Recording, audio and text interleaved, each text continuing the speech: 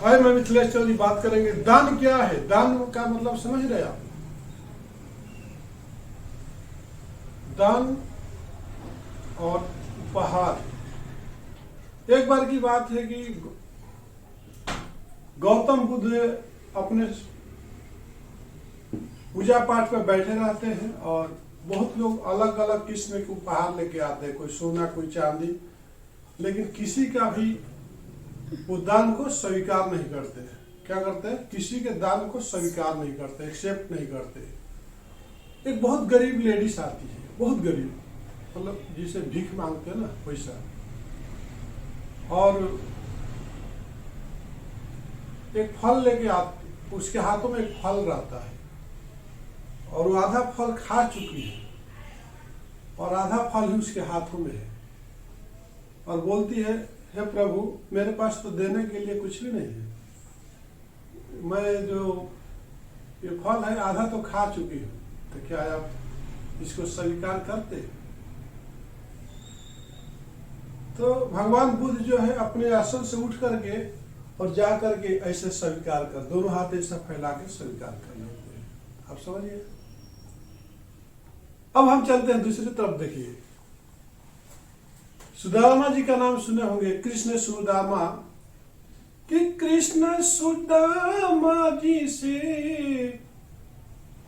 कहली उनकी औरतिया विपतिया कब से सहबाए राम विपतिया कब से। सुनीला की हावे कृष्ण, सुनीला की हावे कृष्ण, राउर संहतिया विपतिया हो कब से सहबाहे राम विपतिया हो कब से।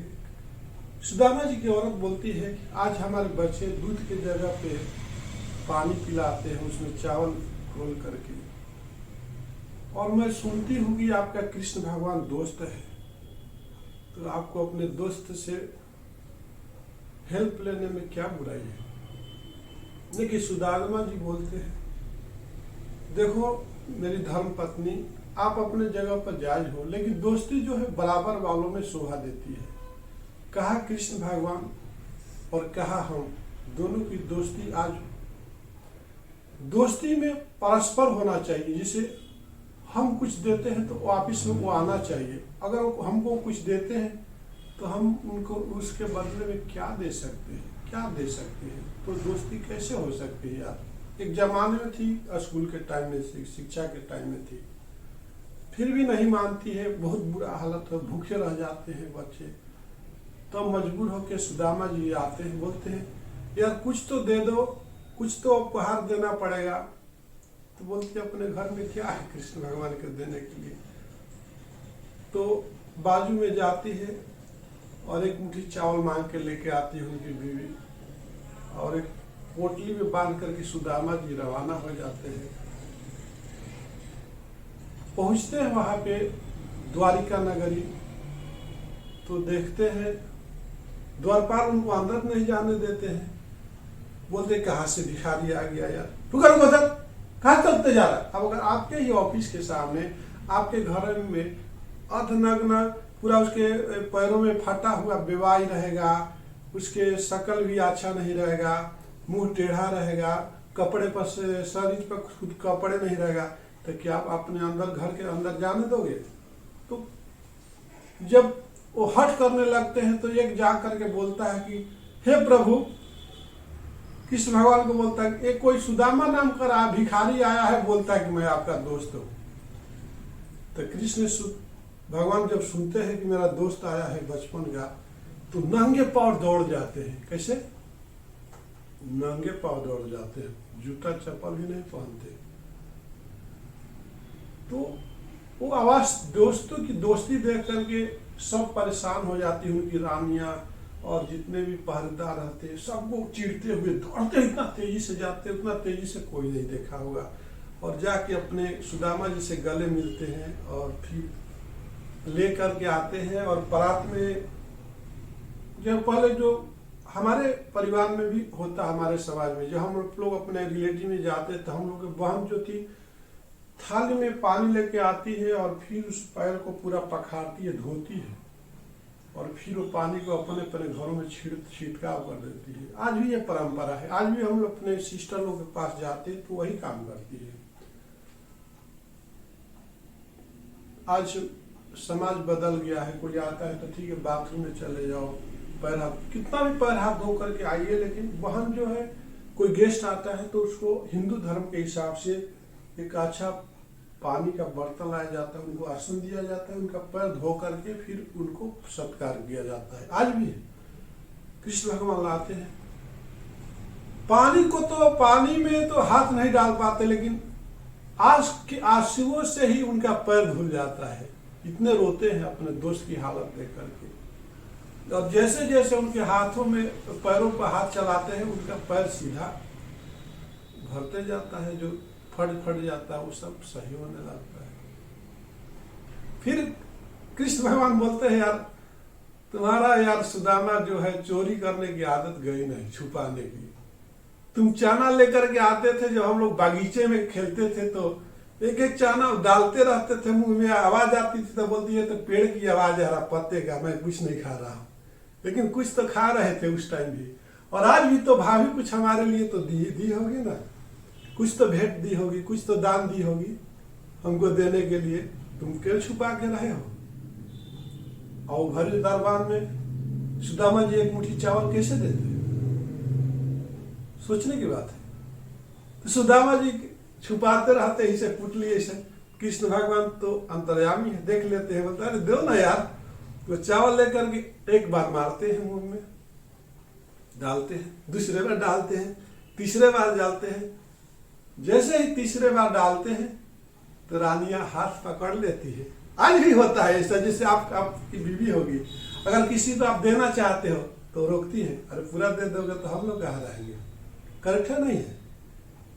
आप किसी की बीवी होगी या किसी की बहन होगी, अगर आपका भाई किसी को ज्यादा दान देने लगेगा तो आप हाथ पकड़ लोगे? अपने हस्बैंड को रोकते ना? सब कोई ऐसे करते हैं। जैसे आप हमारे स्टाफ हो, हम कोई अनजान आदमी आएगा, हम उसको कुछ देने लगोगे तो आप भी वहां पर रोगे, अरे सर क्या कर रहे, सब नहीं देते क्या उसको, रुक जाओ। तो रानियां भी तीनों उनकी रोक देती है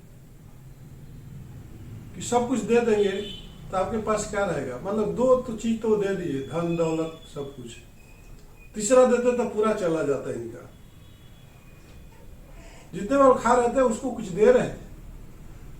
फिर सुदामा जी आप इनको अच्छा से स्नान कराते हैं दूध के, और अच्छे कपड़े पहना के फिर विदा करते हैं। सुदामा जी सोचते हैं यार अब मेरे को तो कृष्ण भगवान कुछ दिए ही नहीं यार। ठीक है, जब वापस जाते हैं घर पे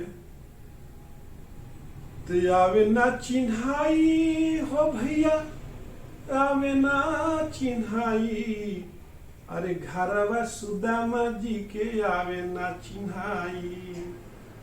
मड़ई के जगह पर कोठावा अटारी, अरे घरवा सुदामा जी के आवे ना चिन्हाई। तो अपने घर पे पहुंचते हैं तो जहाँ पर झोपड़ी हुआ करता था वहां पर महल बन गया है। वो पहचान नहीं पाते कि आखिर हमारे गांव में हमारा घर क्या है। गांव का नक्शा ही बदल गया है, उनको समझ में आखिर हमारा घर कौन है। अपने बीवी तक, बच्चों तक नहीं पहचान पाते। बीवी बहुत खूबसूरत बन जाती है, लोग मतलब सब कुछ विश्वकर्मा भगवान, इसलिए विश्वकर्मा पूजा हम लोग करते हैं हिंदू धर्म में।